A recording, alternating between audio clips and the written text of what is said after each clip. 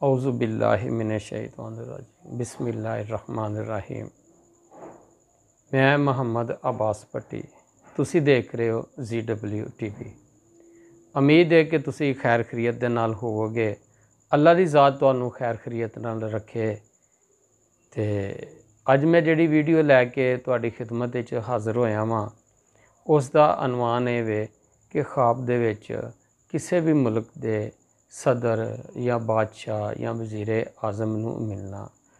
ख्वाब इंसान मुख्तलिफ सूरतां दे विच देखता है, जिस तरह के ख्वाब दे विच बादशाह वेखना, ख्वाब दे विच बादशाह दे नाल मुलाकात करनी, ख्वाब दे विच बादशाह दे नाल बैठ के खाना खाना ते बादशाह नाल गुफ्तगू करना या बादशाह नू नाराज़ या खुश वेखना वगैरह। ख्वाब दी तबीर जानन वास्ते तुसी साडी वीडियो मुकम्मल और एंड तिकर देखना, ताकि इहदे बारे च तुहानू पूरी मालूमात होवे। साडी वीडियो नू लाइक करना, चैनल नू सबसक्राइब करना और बैल दे बटन नू ज़रूर दबाना, ताकि आने वाली नवी वीडियो तुहाडे तिकर जल्दी पहुँच जाए। हुण असी चलने आ अपनी वीडियो की तरफ, जिस दा अनवान ये वे कि ख्वाब दे विच बादशाह देखना। ख्वाब दे विच बादशाह नू मेहरबान वेखना, इस तो मरतबा बुलंद होवेगा, तरक्की ते निमत पावेगा। अगर कोई वेखे बादशाह गुस्सा या नाराज़ है ते ये रंज गम ते बीमार होवन ते बनया बनाया काम खराब होवन दी दलील है।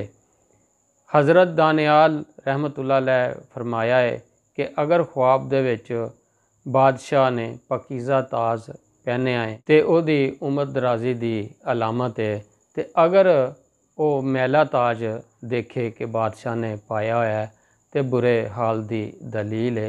हज़रत जाबर मगरबी रहमतुल्लाह अलैह ने फरमाया है कि कोई अपने आप नू बादशाह दे नज़दीक बैठा वेखे तो उस तो मुराद है कि वो तरक्की पावेगा ते ओहदा बुलंद होवेगा ते रंज गम तो दूर होवेगा। ख्वाब दे विच बादशाह दे नाल लड़ना, अगर वो गालब आवे तो रिज़क विच इजाफा होने, दिली मुराद पूरी होने ते अमन दी निशानी है। अगर मगलूब हो जाए तो रंजो गम ते मुश्किलात आने ते मुसीबत विच मुबतला होने दी दलील है। ख्वाब विच बादशाह दे नाल लड़ना, अगर ख्वाब देखन वाला गालब आवे तो रिज़क विच इजाफा होने ते दिली मुराद पूरी होने ते अमन दी निशानी। अगर ख्वाब देखन वाला मगलूब हो जाए तो रंजो गम ते मुश्किलात आने ते मुसीबत विच मुबतला होने दी दलील है। अगर कोई देखे बादशाह किसी जगह ते आया है ते ओहदा आना नाराज़गी दे नाल है ते अहले इलाका नू उस तो गम ते नुकसान पहुँचने दी दलील है। फरमाने हक ताला है कि सूरत नमल, जब बादशाह किसी बस्ती में दाखिल होते हैं तो उसको ख़राब करते हैं।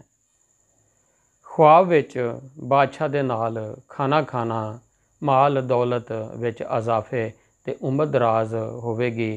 हज़रत जाफ़र सादक रहमतुल्लाह ने फरमाया है कि अगर कोई बादशाह नू शादार ते खुश वेखे तो इस ख्वाब दी तवील ये है कि ओहदा काम कशादा होवेगा, यानी कारोबार विच तरक्की मिलेगी।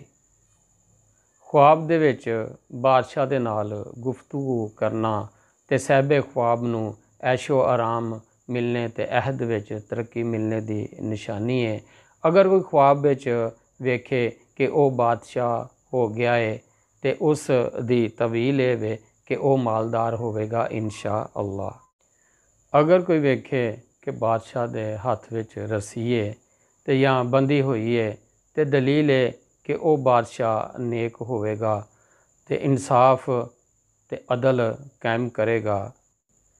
सूरत आले इमरान विच फरमान बारी ताला है कि तुम अल्लाह की रस्सी को थाम लो।